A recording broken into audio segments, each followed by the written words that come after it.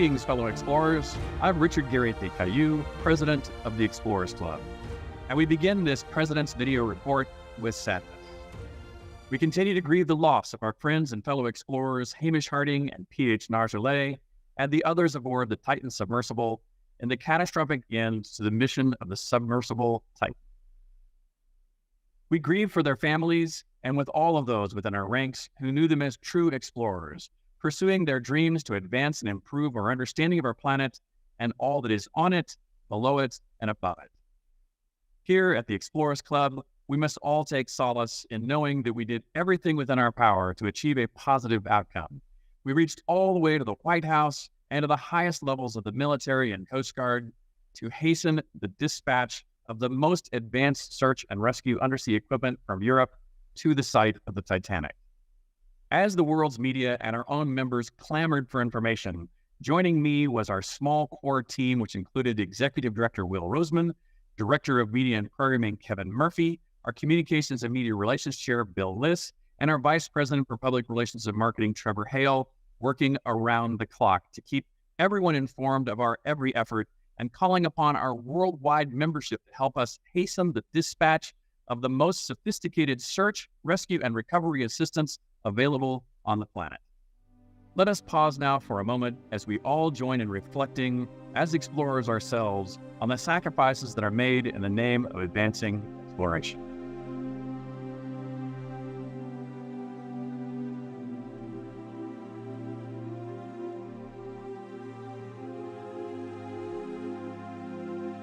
And I know from a long relationship with Hamish Harding, his enthusiasm for exploration would insist that we move forward in a most positive way. And with that very much in mind, allow me to share with you some important and meaningful club events.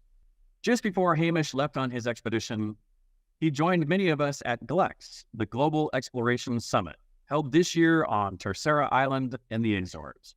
The Explorers Club was in a major partnership with the Portuguese government at this historic event in June.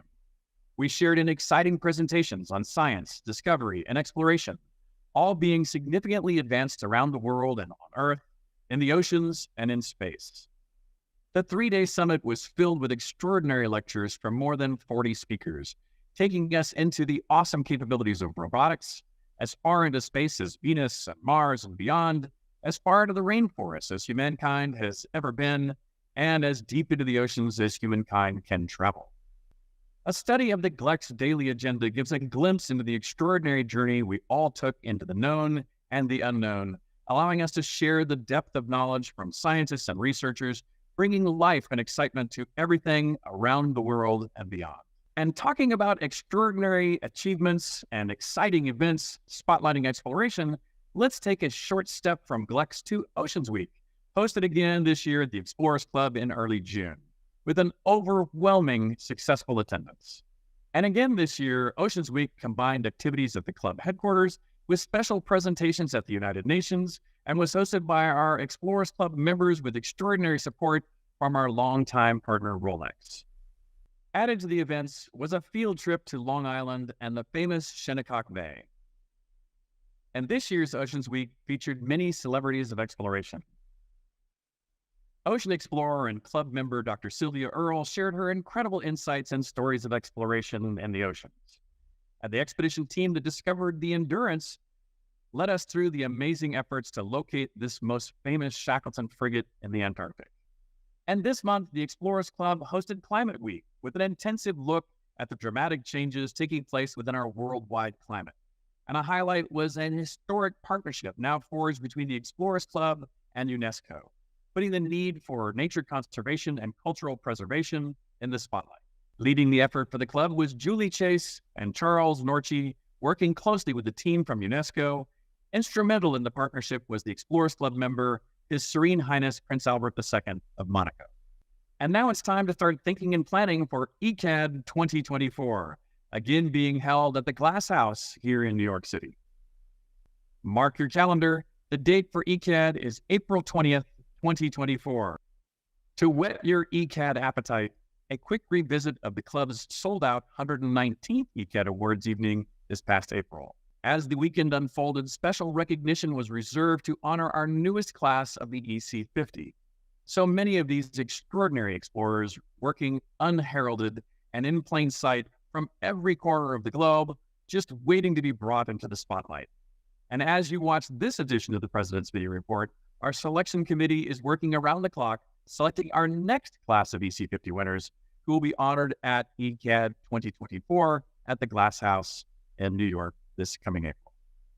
And at ECAD 2023, a significant Explorers Club milestone. It was the first time since the awards were established that all of our major Explorers Club awards included women. Women of extraordinary accomplishments and standouts in their fields of study and exploration. It is proof, beyond a doubt, that achievement is clearly measured by determination, dedication, and nothing else. And looking forward to mid-October, our Norwegian chapter is hosting our Lowell Thomas Awards weekend. Titled The Innovators, our award winners range from innovators in cutting-edge biotechnologies to exoplanet hunting around distant stars to soaring in the skies right here on Earth. For details, tickets, and a look at the Lowell Thomas winners, go to our Explorers Club website at explorers.org. And now a look at some of the challenges, achievements, and accomplishments of our Explorers Club colleagues from around the world. J.R. First brought together a group of young, future, diverse explorers from inner-city communities in New York for a camping and hiking experience in New York's Catskill Mountains.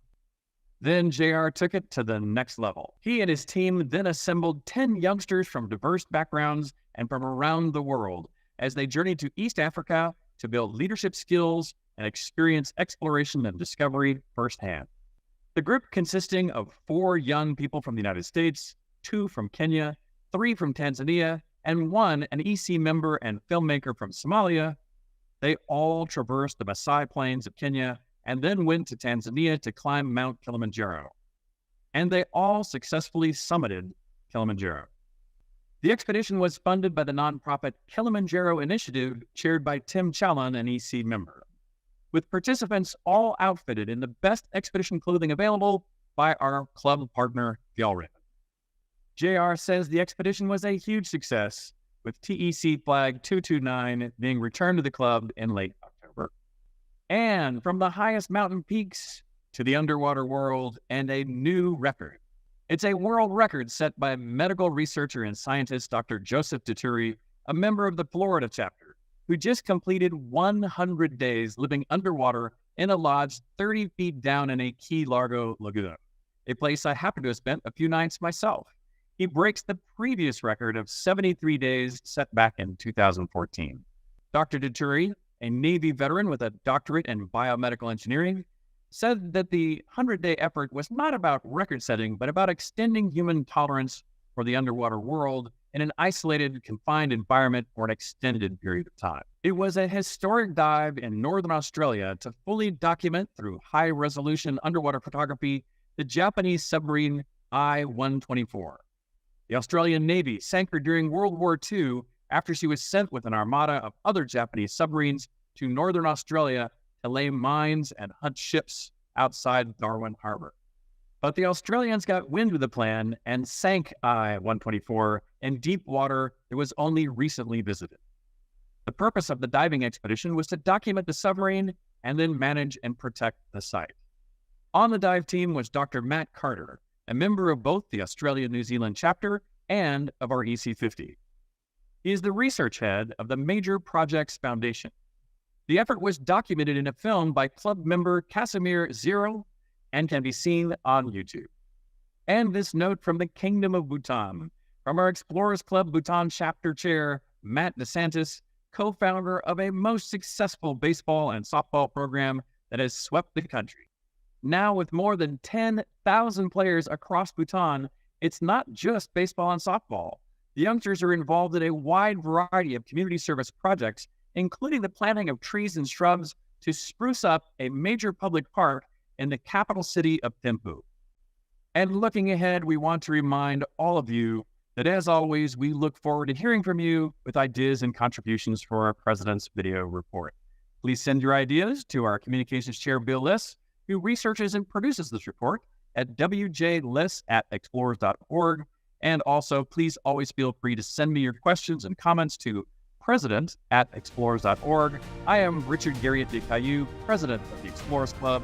And no matter where you are on the globe, stay healthy and safe. And of course, we look forward to seeing you here at ECAD in April, right here in New York City.